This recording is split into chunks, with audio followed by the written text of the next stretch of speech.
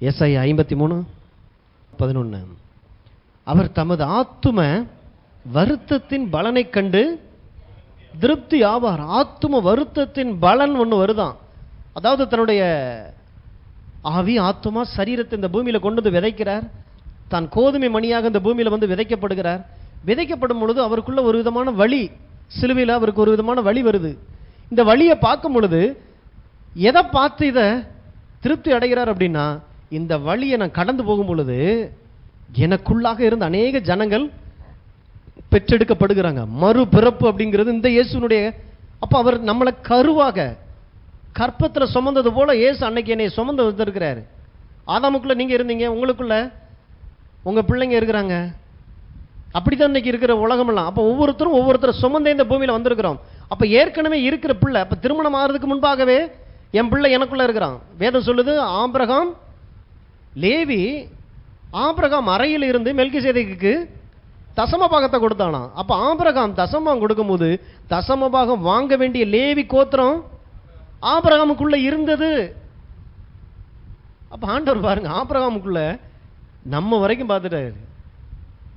புரியுதுங்களா? அதனாலதான் யாரையுமே உங்க பக்கத்துல லேசா நினைக்க கூடாது, குழந்தை தானே நினைக்க கூடாது. இதுக்கு என்ன படிப்பு இல்லை, கடவுள் பார்க்கறது போல அந்த பிள்ளையை பார்க்க பழகுங்க. பிள்ளைங்களை குறித்து ஒரு மரியாதை, நம்ம பேச்சே அவனை மதிப்பு மிக்கவனா மாத்திரும். ஒன்றுத்துக்கு பிரயோஜனம் இல்லாதவனா இருக்கலாம், ஆனால் கடவுள் அவனை பார்க்குற மாதிரி அவனை நீங்கள் காட்டி விட்டீங்க அப்படின்னா பாவம் செய்யுங்கிறதுலாம் அவனுக்கு இன்ட்ரெஸ்டே வராது. சே, எவ்வளோ பெரிய ஆள் நான், அற்புதமான இந்த காரியத்தில் போய் மாட்டியிருக்கிறேனே. இப்போ சொல்றாரு, அவர் தம்முடைய ஆத்துமாவை மரணத்தில் ஊற்றி அக்கிரமக்காரரில் ஒருவராக எண்ணப்பட்டு அநேகருடைய பாவத்தை தாமே சுமந்து அக்கிரமக்காரருக்காக வேண்டிக் கொண்டது நிமித்தம் அநேகரை அவருக்கு பங்காக கொடுப்பேன். பலவான்களை அவர் தமக்கு கொள்ளையாக பங்கிட்டுக் கொள்ளுவார். என்ன சொல்றாரு? ஸ்ட்ராங்கான ஆட்கள், பலவான்களை தமக்காக பங்கிட்டுக் கொள்வார். அப்படின்னா அநேக பிள்ளைகள் இந்த பூமியில கர்த்தருக்காக ஆபிரகாமின் வித்தாக இந்த பூமியில பெற்றெடுக்கக்கூடிய அந்த காரியத்தை இப்பொழுது அவர் செஞ்சுக்கிட்டு இருக்கிறார். நான் கற்ப வேதனையில் இருக்கிறேன். என்ன கற்ப வேதனை? இந்த சிலுவை நான் சுமந்த அத்தான் இந்த வசனங்கள்லாம் நிறைவேறும். ஏன்னா இந்த வசனம் நிறைவேறுறது எனக்குள்ள இருக்குது. அப்ப அவர் கற்பத்தில் இருக்கிறார். சிலுவையில் இருக்கும் பொழுது உங்களை என்னையும் சுமந்தவராக இயேசு சிலுவையில் சுமந்துட்டு இருக்கிறார். வசனத்தை பார்க்கும் போது அந்த பார்வை நமக்கு வரும். இல்லை அப்படின்னா இயேசு அடிக்கார், காயப்பட்டா, விழாவில் குத்துனாங்க, கொண்டு போய் கல்லறையில் வச்சார், 3 நாள் உயிர்த்தெழுந்தார். யாருக்காக தெரியாது, அதனுடைய பலன் தெரியாது. அப்ப நீங்க எல்லாரும் வாழ்றாங்க, நானும் வாழ்றேன். நான் வேறொரு வாழ்வுக்கு அழைக்கப்பட்டிருக்கிறேன். என் தெய்வம் நான் நன்றாக இருப்பதற்கு ஒரு கரியத்தை கொடுத்திருக்கிறார். இது ஒரு தெய்வத்துடைய செயல். அதனாலதான் இதுல விளையாடக்கூடாது, சீரியஸான காரியம். சிலுவைங்கிறது ரொம்ப ரொம்ப சீரியஸான விஷயம்.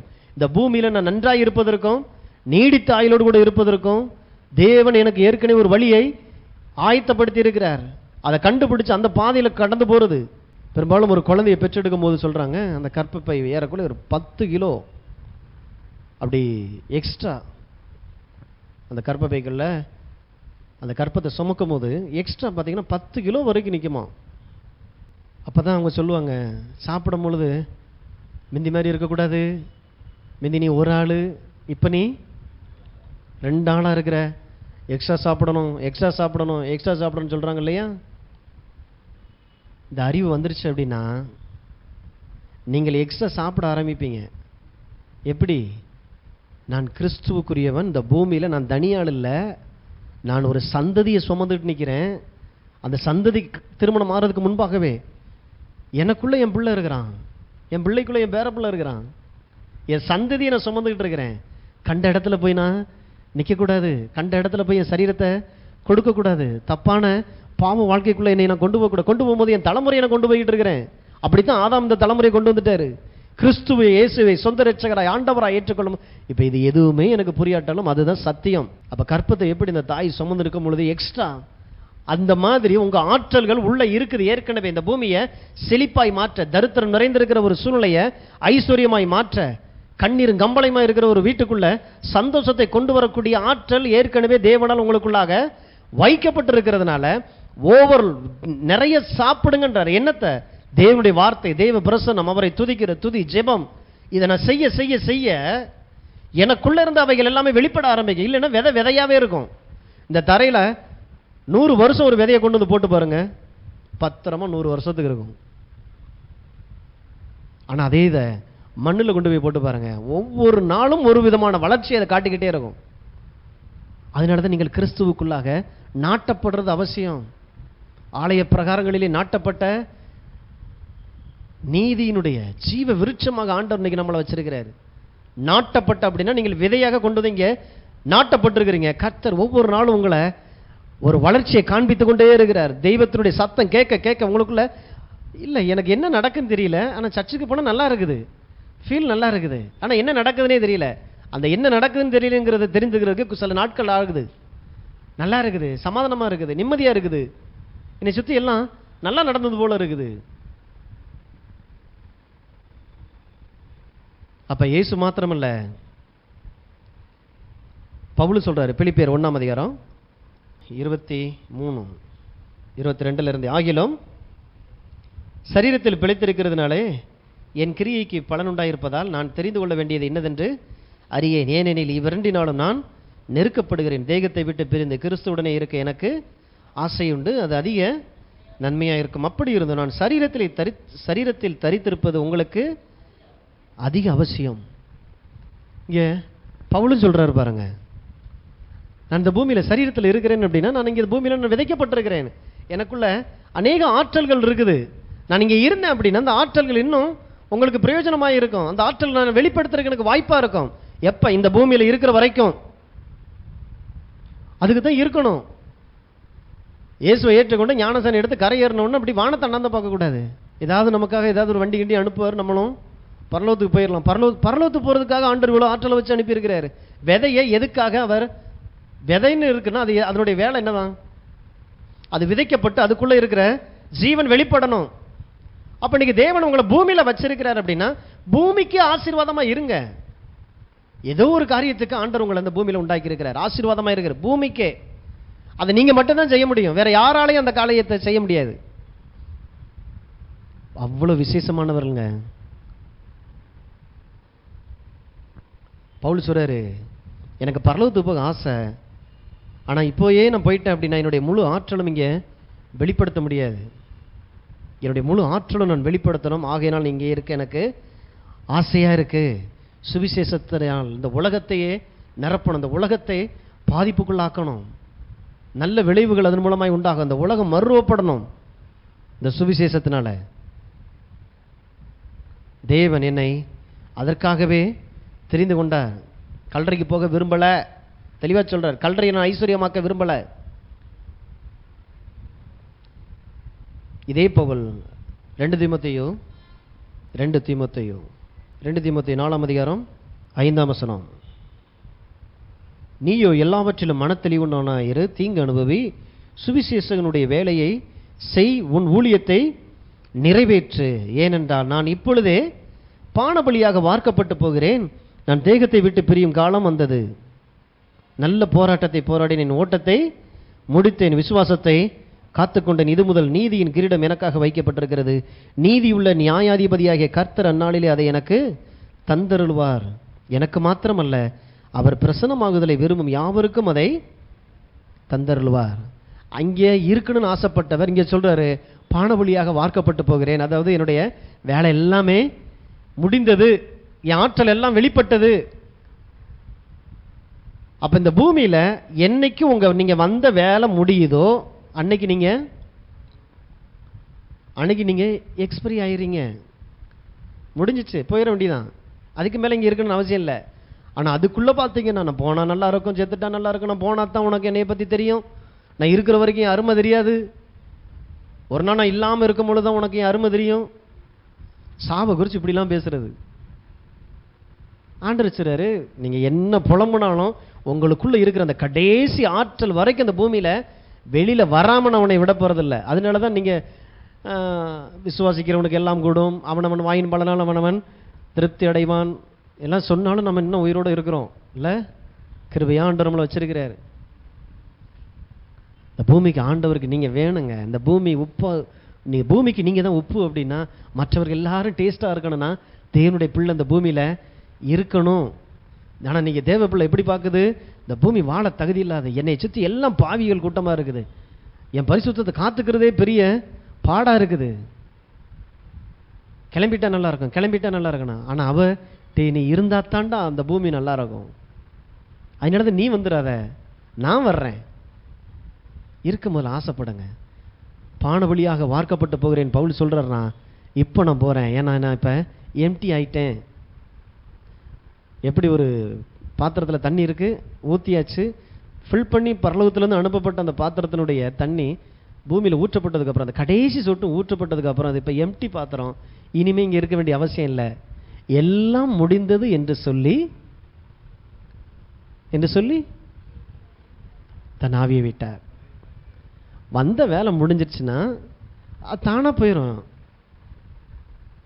தானா போயிடும். நீங்க எதுவும் முயற்சியெல்லாம் செய்ய வேணாம். பால் ஊத்துங்கன்னு யாரும் கூப்பிடலாம் அவசியம் இல்லை. முடிஞ்சிச்சு அப்படின்னா அது தானா கிளம்பிடும். எல்லாம் முதல்ல அந்த எல்லாம் முடிந்ததுன்ற இடத்துக்குள்ள வரணும். இன்னைக்கு அநேக கட்ட வேக மாட்டேங்குது. ஏன்?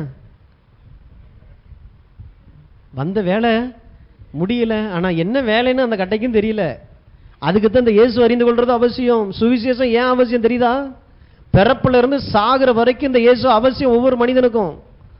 என்னால் அன்றி உன்னால் ஒன்றும் செய்ய இல்லையே, நான் இவ்வளவு பெருசா சம்பாதிச்சிட்டேன், நான் இவ்வளவு பெரிய கட்டடத்தை கட்டிட்டேன், இவ்வளவு சக்சஸ் ஆக்கிட்டேன், கடவுளுடைய பார்வையில் அது எல்லாமே தூசி. உலகம் முழுவதையும் ஒருவன் ஆதாயமாக்கி கொண்டு தன் ஜீவனை நஷ்டப்படுத்தினால் அதனால் அவனுக்கு லாபம் என்ன? உங்க ஆற்றல்கள் இந்த பூமியில விதைக்கப்படணும். விதைக்கப்பட்டதுக்கு அப்புறம் நீங்களே நினைச்சாலும் இருக்க முடியாது. ஜீவ கிரீடத்தை நோக்கி பயணப்பட்டலாம். அவர் பிரசன்னமாகுதலை விரும்புகிற யாவருக்கும் அப்படியே நடக்கும். விரும்புங்கன்றார். அப்ப எல்லா ஆற்றலுக்கும் ஆற்றல்கள் அப்படின்னு சொல்லி பார்க்கணும் அப்படின்னா தேவன் தான் முன் உதாரணமா இருக்கிறார். எல்லா ஆற்றல்களுடைய முழு உருவமே அவர் தான்.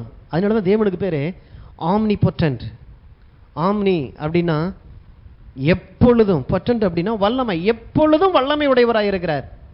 இந்த பூமியை நீங்க உண்டாக்கும் பொழுது அந்த சிருஷ்டிப்பினுடைய அந்த காரியங்களை பார்க்கும்போது ஆதியாமத்துல எதுவுமே இல்லை, இல்லாத ஒரு பூமியை ஒன்னையும் பார்த்தீங்கன்னா தனக்குள்ளாக அவர் கற்பமாக வச்சிருக்கிறார்.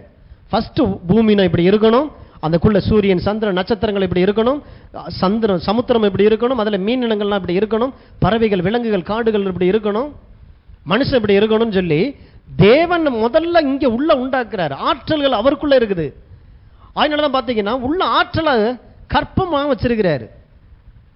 அதனால எங்க ஊழியக்காரர் சொல்லுவாரு, இந்த பூமி உண்டாகிறதுக்கு முன்னால கடவுளை பார்த்து நீ போய் கை கொடுத்த அப்படின்னா யாரோட கை கொடுத்துருக்க தெரியுமா?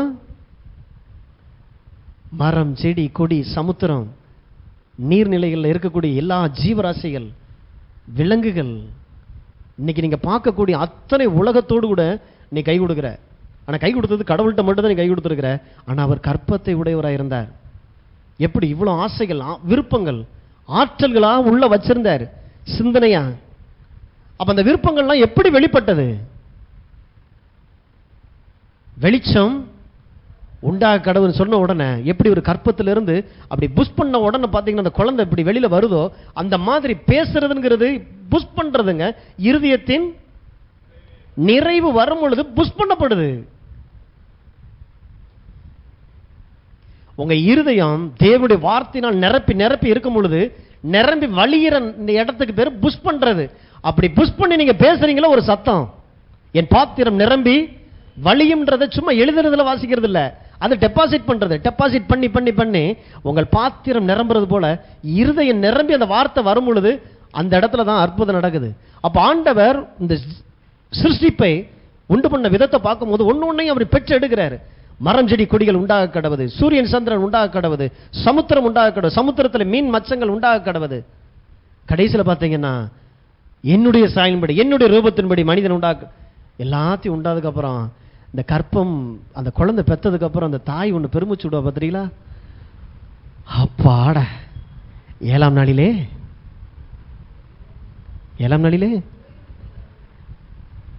புரியுதுங்களா? தனக்குள்ள இருக்கு இந்த எல்லா ஆற்றலையும் வெளியில கொண்டு வந்ததுக்கு அப்புறம் ரெஸ்ட் எடுத்தாராம். ஏழாம் நாளிலே ஓய்ந்திருந்தார். அப்ப ஆற்றல் பார்த்துக்கணும்னா அவர் முதல்ல பாருங்க, அதே சாயல்படி ரூபத்தின்படி தேவன் இன்னைக்கு உங்களை உண்டாக்கி இருக்கிறார். அதனாலதான் பூமியில எல்லா இடத்தையும் ஏதேனா உண்டாக்காம உங்களை உண்டாக்கிட்டு, மனிதா இந்த பூமி முழுவதும் ஏதேனா நீ மாற்று, என என்னை போல உண்டாக்கி இருக்கிறேன். அப்ப என்னை போல கற்பம் உடையவனா நான் உன்னை உண்டாக்கி இருக்கிறேன். கற்பம் அப்படின்னா ஏதோ ஒரு குழந்தையை பெற்றெடுக்கிறது மாத்திரமல்ல, கற்பம் அப்படிங்கிறது ஒரு தொழில். உள்ளுக்குள்ள உங்க எதிர்காலத்தை குறிச்சதான ஆசைகள், படிப்பு, உங்க எதிர்கால குடும்பம் எப்படி இருக்கணும், மனைவி பிள்ளை எப்படி இருக்கணும், ஆசைகளை உடையவனாக தேவன் வச்சிருக்கிறார். அப்ப அந்த ஆசை எப்படி வெளிப்படுது? அவர் எப்படி வெளிப்படுத்தினாரோ அப்படித்தான் இந்த ஆசைகளும் வெளிப்படுத்தப்படும். எப்படி எப்படி அவர் எப்படி வெளிப்படுத்தினார்? அவர் எப்படி பெற்றெடுத்தார்? பேசி பேசியே உண்டாக்கினார். அப்ப இன்னைக்கு உங்களுடைய சிந்தனை, ஆசைகள் எல்லாமே பாத்தீங்கன்னா, அதனாலதான் அடிக்கடி நான் சொல்றது இல்ல, ஒரு வீட்டுக்கு ஒரு பொருள் வேணும் அப்படின்னா டைரக்டா அந்த பக்கம் போகணும். அது இருந்துச்சு எடுத்துட்டு வந்துட்டோம் யாராவது சொல்றோமா? வீட்டுக்கு ஒரு ஃப்ரிட்ஜ் வாங்கணும், ஒரு ஏசி வாங்கணும். எத்தனை நாளா உட்காந்து வீட்டுல பேசுறோம் தெரியுமா? ரொம்ப வெக்கையா இருக்குதுங்க, எப்படியாவது ஒரு ஏசி வாங்கிடணுங்க. கற்பம் என்ன? முதல்ல பாத்தீங்கன்னா ஐயா ஒத்துக்கிற மாட்டேங்கிறாரு, ஒரு மாதிரி அவரும் பாத்தீங்கன்னா எப்படி அது கரண்ட் பில்லு இஎம்ஐ எல்லாம் எப்படி கட்டுறதுன்றாரு. திரும்ப திரும்ப பேசுறோம். பேசி பேசி பாத்தீங்கன்னாக்கா அந்த ஐயா இப்ப ஆமால்ல வாங்கிட்டா நல்லா இருக்கும்னு தோணுது, மாறிடுறாரு. கடைசியில் பார்த்தீங்கன்னா ஆட்சி ஐயரும் பார்த்தீங்கன்னா கடைக்கு போயிடுறாங்க. எந்த கடைக்கு போகலாம்? அங்கே போய் பார்த்தீங்கன்னா கடைக்காரன்ட்ட கேட்டு வர்றோம். கேட்டால் பார்த்தீங்கன்னா இன்னும் திருப்தி ஆகலை, வீட்டுக்கு வந்துடுறோம். திரும்ப வந்து நெட்டில் சர்ச் பண்ணுறோம், எந்த ஏசி நல்லா இருக்கும், அது சம்மந்தமாக ஏசி யூஸ் பண்ணுற எல்லார் வீட்டையும் போய் கேட்குறோம். சும்மா வந்துடல அவங்க வீட்டுக்கு அந்த ஏசி, காசு இருக்குன்றனால வரல. பேசி பேசி பேசியே இந்த கற்பம் உண்டானது. அப்போ முதல்ல ஏசி இங்கே வந்தது. அறிந்தோ அறியாமலோ தேவ பிரமாணத்தின்படி தான் நீங்க அன்றாட வாழ்ந்துகிட்டு இருக்கிறீங்க. ஆனா கடவுள் காரியம்னு வந்தா தான் எனக்கு ஒண்ணுமே தெரியலையே. அன்றாட வாழ்க்கையில நம்ம இப்படிதான் செஞ்சுட்டு இருக்கிறோம் தெரியுமா? கடவுள் அதைத்தான் சொல்ல வரும் பொழுது, கடவுள் என்னதான் நினைக்கிறாரோ புரியல, என் வாழ்க்கையில என்னதான் செஞ்சுக்கிட்டு இருக்காரோ தெரியல. இல்ல, இப்படித்தான் செஞ்சுக்கிட்டு இருக்கிறாரு, நீங்களும் இப்படித்தான் வாழ்ந்துட்டு இருக்கிறீங்க. ஒரு நாள் ஏசி வீட்டுக்கு வந்துருது. இப்ப ஏசி எப்படி வந்தது? பேசி பேசி பேசி. புரியுதுங்களா? அப்படித்தான் தேவன் உங்களை உண்டாக்கி இருக்கிறார். உங்களுக்குள்ளாக தேவன் ஆற்றல்கள், அநேக ஆற்றல்கள் உள்ள வச்சிருக்கிறார். அது எப்படி வெளிப்படும்? ஆசைகள் விருப்பங்களாக. தேவனை தம்முடைய தயவுள்ள சித்தத்தின்படி ஆசைகளையும் விருப்பங்களையும் உண்டாக்குகிறார், கிரியைகளையும் அவரே உண்டாக்குகிறார். வயசாயிடுச்சுங்க, எனக்குள்ள என்ன இருந்தா என்ன, இல்லைன்னா என்ன, காலகாலத்தில் போய் சேர்ந்தலான்னு பார்க்குறேன். இன்னும் நீங்க போகல இல்லை, அப்ப இன்னும் உங்க வேலை முடியல. திரும்பவும் சொல்றேன், உங்க கட்டை வேகணும் அப்படின்னா ஆற்றல் எல்லாத்தையும் கொண்டு வந்து இந்த பூமியில கொடுத்துட்டு அப்பாடன் போய், அதுக்கு பேர் தான் இளைப்பாறுதலில் பிரவேசித்தார். சொல்றோம்ல, கர்த்தருக்குள் இளைப்பாறுதலில் பிரவேசித்தார்னு சொல்றோம்ல, அப்பதான் அது உங்களுக்கு இளைப்பாறுதலா இருக்கும். இல்லைன்னா ஐயோ இன்னும் நான் செய்ய வேண்டியதை செய்யலையேன்னு சொல்லி ஏன் இன்னைக்கு பரலோகத்தில் போய் கர்த்தருக்கு புதுப்பாட்டை பாடுகிறார்கள்? புதுப்பாட்டுன்னு என்னது? என்ன பாட்டு பாடினாங்க? நாங்கள் பூமியிலே அரசாளுவோம் என்கிற புதுப்பாட்டை பாடினார்கள். ஏன் அந்த பாட்டை இதுக்கு முன்னால யாரும் பாடல? மனுஷன் போய் ஏன் பாடுறான்? ஏன்னா மனுஷன் உட்காந்து பார்த்துட்டான். பரலவும் ஆண்டவரும் பரலத்தில் கொண்டு வந்துட்டாரு. அங்கே உட்காந்தா ஒரு வேலை இல்லை. ஏன்னா இவனுக்குள்ள ஆற்றல்கள் திறமையில வச்சிருந்து வேலை செய்யக்கூடிய ராஜாவா உண்டாக்கி இருக்கிறார். அங்கே போய் பார்த்தா தேவதூதன்ல ஒரு ஆள் போலவே உட்கார்ந்துருக்கிறான். பார்த்தான், கடவுளுக்கு காது கேட்கிற மாதிரி அப்படியே முணங்க ஆரம்பிச்சான். பரலோகமே திரும்பி திரும்பி பார்க்குது. ஏன்னா இது வரைக்கும் சேனைகளின் கர்த்தர் பரிசுத்தர் பரிசுத்தர் பரிசுத்தர் தாண்டி வேற எதுவுமே கேட்கப்படாத ஒரு காரியம். நாங்கள் பூமியிலே அரசாளுவோம், ஆளாளுக்கு பேச ஆரம்பிச்சான். அது பார்த்தீங்கன்னா பாட்டாவே பாட ஆரம்பிச்சிட்டு, நாங்கள் பூமியிலே ராஜாக்களாய் ஆளுக. இப்போ என்ன ஆயிடுச்சு, நான் கடவுளுக்கு ஒரு விருப்பத்தை போடுறான், ஆண்டவரே எங்களை பூமிக்கு அனுப்பிடுங்க, ஏன்னா நாங்கள் அங்கே தான் ராஜாவாக இருந்தோம், அங்கேயே நாங்கள் ராஜாவாகவே ஆண்டுக்கிறோம்னு சொல்லி. புரியுதுங்களா? அதனால தான் இதெல்லாம் தெரிஞ்சுக்கிறதுக்கு நீங்கள் போய் வர வேண்டிய அவசியம் இல்லை, இங்கே வந்தாலே போதும். நாங்களே சொல்லி கொடுக்குறோம், பூமியிலே நீங்கள் ராஜாக்களாய் ஆளுகை செய்கிறவர்களாக ஆண்டவர் உங்களை ஆசீர்வதித்திருக்கிறார். அந்த ஆற்றல் திறமை எல்லாமே இந்த பூமியிலே தான் ஆண்டவர் உங்களுக்காக வைத்திருக்கிறார். ஆகையினால தான் கடவுள் ஆம்னி பொட்டன்ட்ங்கிற அறிவு. எபிரேயர் 11:3, எபிரேயர் 11:3, விசுவாசத்தினாலே நாம் உலகங்கள் தேவனுடைய வார்த்தையினால் உண்டாக்கப்பட்டது என்றும் இவ்விதமாய் காணப்படுகிறவைகள் தோன்றப்படுகிறவைகளால் உண்டாகவில்லை என்றும் அறிந்திருக்கிறோம். காணப்படுகிறவைகள் தோன்றப்படுகிறவைகளால் உண்டாகவில்லை. இந்த ஒரு வார்த்தையை எடுத்துட்டு அப்ப இன்னைக்கு இருக்கிற உலகம் காணப்படாத ஒரு உலகத்திலிருந்து வந்துருச்சுன்னு உடனே இவங்க என்ன நினைச்சிட்டாங்க, இதுக்கு முன்னாலே இல்ல, இதை ஒரு பரிணாம வளர்ச்சியாக மாத்திட்டாங்க. ரெண்டும் பார்த்தீங்கன்னாக்க ரெண்டு துகள்கள் ஒன்னோட ஒன்னா மோதி அது வெடிச்சு செதறி பூமி வந்துருச்சு. சரி, நீ எப்படி வந்த? நான் ஒரு செல் உயிரி அமீபாக்குள்ள இருந்து அப்படி வந்தேன், அப்படி தவளையா மாறினேன், தவளை அப்படி பரிணாம வளர்ச்சி அடைஞ்சு குரங்கா மாறிச்சு, நான் குரங்குக்குள்ள இருந்து வந்துட்டேன். ரொம்ப சிம்பிளா கண்டுபிடிச்சிட்டாரு. ஏன்னா நான் காணப்படாத ஒரு காரியத்திலிருந்து வந்திருக்கிறேன். அப்ப நான் இதுக்கு முன்னால இல்லாத ஒரு உலகத்திலிருந்து நான் வந்திருப்பேன். ஆனால் அப்ப இப்படித்தான் வந்திருக்க முடியும். அணுக்கொள்கை அப்படின்றாங்க. அது அப்படி இல்லைங்க. அதுக்கு தான் ஆவியில மறுபடியும் பிறந்திருக்கணும். அதுக்கு தான் இந்த மாதிரியான சபைக்கு வரணும். காணப்படுகிறவைகள் தோன்றப்படுகிறவைகளால் உண்டாகவில்லை அப்படின்னா காணப்படுகிறது. இன்னைக்கு ஏதோ ஒண்ணு இருக்குது இல்லையா? கோழியிலிருந்து முட்டை வந்ததா, முட்டையிலிருந்து கோழி வந்ததா? கோழியிலிருந்து முட்டை வந்தது. சரி, அந்த கோழி எங்கிருந்து வந்தது? தேவனுடைய வார்த்தையிலிருந்து. அதுக்கு தான் சபைக்கு வர்றது, தேவனுடைய வார்த்தையிலிருந்து. ஆனா உலக மனுஷனுக்கு இது தெரியாதனால என்ன பண்றான், அப்ப அந்த கோழியை போட்ட முட்டை எதுன்றான். முட்டை போடுறதுக்கு ஒரு கோழி வேணும். சரி, கோழி வந்துச்சு. அந்த கோழிக்கு எந்த முட்டை? அந்த கோழியை போட்ட ஒரு முட்டை இருக்கணுமே. இப்பதான் சொல்றோம், இல்ல தம்பி, அதுக்கு முட்டையே தேவையில்ல. தேவனுடைய வார்த்தையினால் உலகங்கள் உண்டாக்கப்பட்டது, விசுவாசத்தினாலே உலகங்கள் உண்டாக்கப்பட்டது. காணப்படுகிறவைகள் தோன்றப்படுகிறவைகளால் உண்டாகவில்லை, கர்த்தருடைய வார்த்தையினால் உண்டாக்கப்பட்டது. அப்ப இன்னைக்கு உலகத்தை உண்டாக்கும் பொழுது தேவன் தனக்குள்ள வச்சிருந்ததை வார்த்தை வடிவில் வெளியில கொண்டு வந்தார். அப்படி ஒண்ணு ஒண்ணா பெற்று எடுக்கிறார் வார்த்தை வடிவில். அப்ப உங்களுக்கான உலகத்தை நீங்கள் சிருஷ்டிக்க முடியும். அப்ப முதல்ல இங்க கர்ப்பம் வரட்டும். இன்னைக்கு அநேகர் இந்த கர்ப்பத்தில் இருக்கிறாங்க. இந்த கர்ப்பம் இல்ல, இந்த கர்ப்பம். எதிர்காலத்தை குறித்து ஆசை இருக்குதா? நல்லா வாழணும் ஆசை இருக்குதா? மனைவி பிள்ளைகளை நல்லா வாழ வைக்கணுங்கிற ஆசை. இந்த கர்ப்பம் வரும் பொழுது ஆகையால் என்னால சும்மா இருக்க முடியல தம்பி. ஐயா சும்மா இரியா, இல்லாத ஒன்ன சொல்லிக்கிட்டே தெரியுற. ஐயா நான் விசுவாசிக்கிறேன், என்னால சும்மா இருக்க முடியல, நான் பேசாட்டி பேசிட்டு போறேனே. விசுவாசிக்கிறேன் ஆகையால் பேசுகிறேன். விசுவாசிக்கிறவன் பேசுவான். ஆனா பேசுற எல்லாவனுமே விசுவாசிக்கிறவன் இல்ல. ரெண்டுக்கும் வித்தியாசம் இருக்கு. என்னத்தையாவது உணர்றது விசுவாசிக்கிறது இல்ல. விசுவாசித்தால் என்ன விசுவாசிக்கிறோம் அதைத்தான் பேசுகிறேன். அப்ப தேவன் இந்த உலகத்தை இப்படித்தான் உண்டாக்கினார். அப்ப தனக்குள்ள இருப்பதை வெளியே கொண்டு வந்தார். அதுக்கு பேரு தான் சிருஷ்டிப்பு. இப்ப இன்னைக்கு உங்களை குறிச்சு நீங்களும் கற்பனை சக்தி உடையவர்களாக கற்ப ஸ்திரியை போல உலகத்தை சுமந்துட்டு இருக்கிறீங்க. எப்படிப்பட்ட உலகன்றதை நீங்க தான் ஃப்ரேம் பண்ணணும்.